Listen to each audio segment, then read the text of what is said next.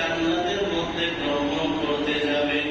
এমন সময় তাকায় আকা নবীজির কানের মধ্যে আওয়াজ আসতেছে, এমন একটা আওয়াজ জমিন থেকে জান্নাতের মধ্যে কারবায়ের কওমের আওয়াজ যেন শোনা যায়। এমন সময় নবী বলে, জিবরাইল বলো তো দেখি পায়ের আওয়াজটা কার শোনা যায়। জিবরাইল আলাইহিস সালাতু ওয়াস সালাম বলতেছে, আল্লাহর নবী, এই পায়ের আওয়াজ হলো দুনিয়াতে আপনার একজন সাহাবী আছে হযরত বেলাল। হযরত বেলালের পায়ের আওয়াজ শোনা যাইতেছে। আল্লাহর নবী মিরাজ ভ্রমণ শেষ করিয়া আইসা মসজিদে নববীর মধ্যে সকল সাহাবায়ে কিরামদেরকে ডাকলেন। নবী আমার সব সাহাবাদেরকে ডাকিয়া মসজিদে নববীর দিকে তাকায়া দেখে হযরত বেলাল রাদিয়াল্লাহু তাআলা আনহু মসজিদের শেষ প্রান্তরে বসে আছেন। এমন সময় নবী ডাক দিলেন, হে বেলাল সামনে আসো। নবী যখন বিলালকে ডাক দিল, বিলাল হাউ করে কান্না শুরু করে ফেলল। কান্না শুরু করার পর যখন নবীর কাছে আইসা দাঁড়াইল বিলাল, নবী হযরত বিলালের গলিয়া ফুল ধরিয়া বলতেছে, বিলাল বলো এমন কি আমল তুমি করতেছো যে আমি নবীর থেকে পাওয়া তোমার বাড়িয়ে গেল। আল্লাহর নবীকে বিলাল বলতেছে, নবী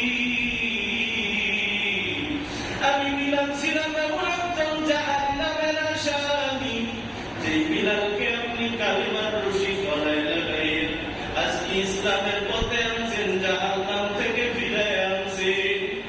নবী আমি বেলাল এমন কি আমল করি জানি না, তবে নবী একটা আমলের কথা আমার মনে করিয়া যায়। আমি যখন ঘুমাইতে যাইতাম তখন ওযু করিয়া তাহিয়াতুল নামাজ 2 রাকাত নামাজ পড়তাম। ওই নামাজ পড়িয়া আল্লাহর কাছে দোয়া করতাম, ও দয়ার মালিক, ছিলাম এক জালেম মুশরিক, তোমার দয়ার নবী ঘর থেকে ফিরায় আনছি আল্লাহ। আবার যাতে এমন কোন আমলের কারণে লাথি মেরে তাড়ায় না দাও।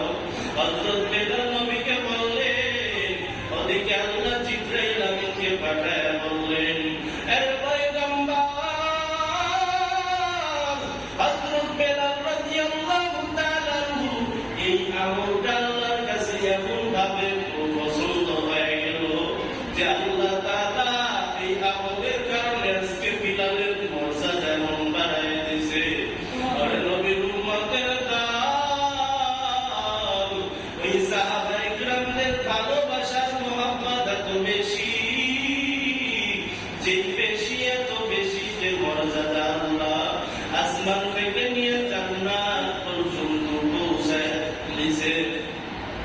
হযরত বেলাল রাদিয়াল্লাহু তাআলা আনহু যদিও কালো ছিল, কিন্তু অন্তরে আমার দয়ার মালিকের ভালোবাসার মহব্বত এত বেশি ছিল, এত বেশি।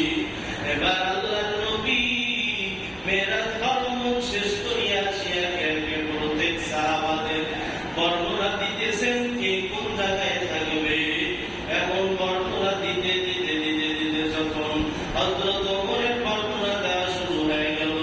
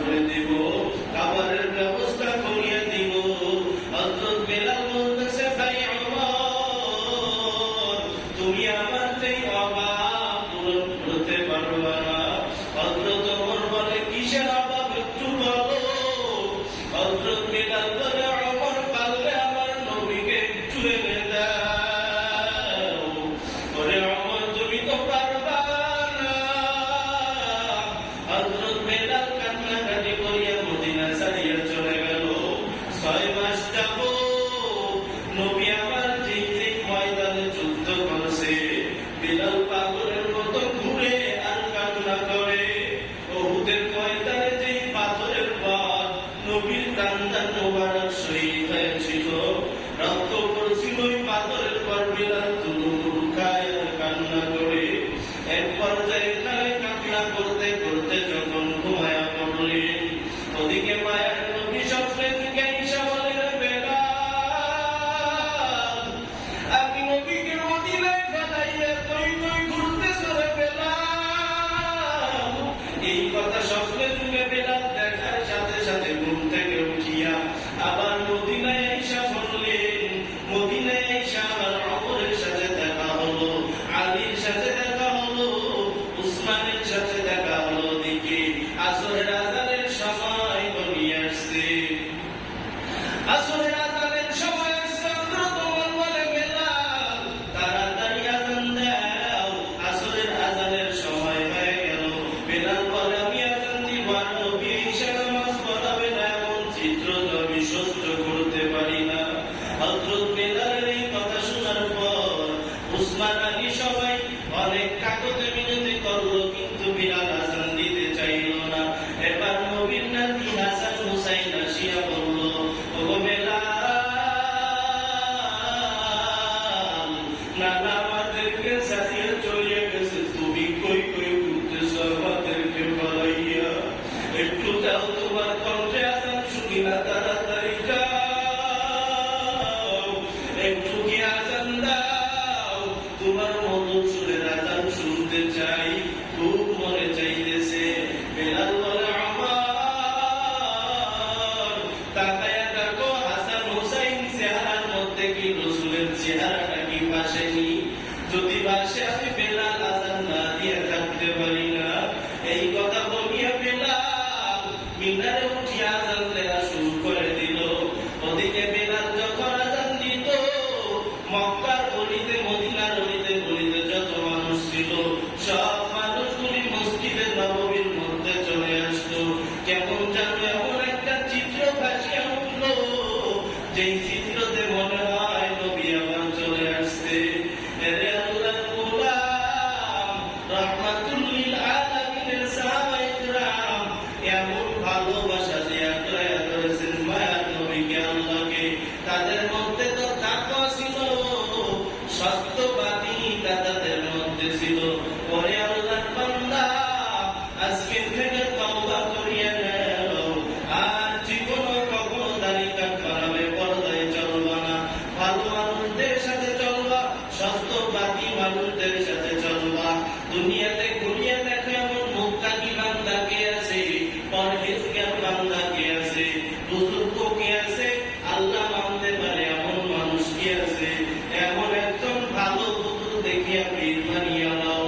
ওরে আল্লাহর গোলাম, যার মধ্যে তাকওয়া নাই, তার মধ্যে আল্লাহর ভয় নাই, আজকে থেকে তওবা করো আর বলবা না দে, ও আল্লাহ তুমি আমার দিলের মধ্যে তাকওয়া ঢুকাইয়া দাও, ও আল্লাহ তুমি আমার অন্তরের মধ্যে তোমার ভয় পয়দা করে দাও। আল্লাহ বলে, বান্দা যদি চাও আমি আল্লাহ তোমাকে না দিয়ে পারি না। ওরে বান্দা তুই যদি চাও আমি আল্লাহ তো তাকায় আছি, কখন আমি আল্লাহকে একবার আল্লাহ বলিয়া ডাক দিবি।